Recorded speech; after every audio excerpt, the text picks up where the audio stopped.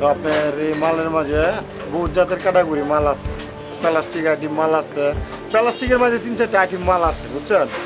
এরপর আপনার আছে ওয়ান টাইম বোতল, যেমন কুকের বোতল, 7 আপের, পানির বোতল আছে, মাম পানি, ফ্রেশ পানি, বিভিন্ন জাতের আপনার ওয়ান টাইম বোতল আছে।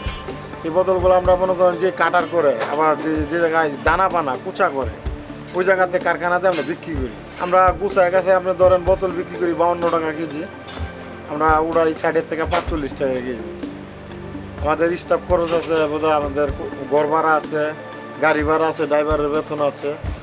এরপর মনে করেন আপনার গেল প্লাস্টিক আইটেম, এরপর আছে লোহা আইটেম। লোহা মনে করেন আমরা কিনি 44 টাকা কেজি, আমরা 47,000 টাকা টন মেলে বিক্রি করি।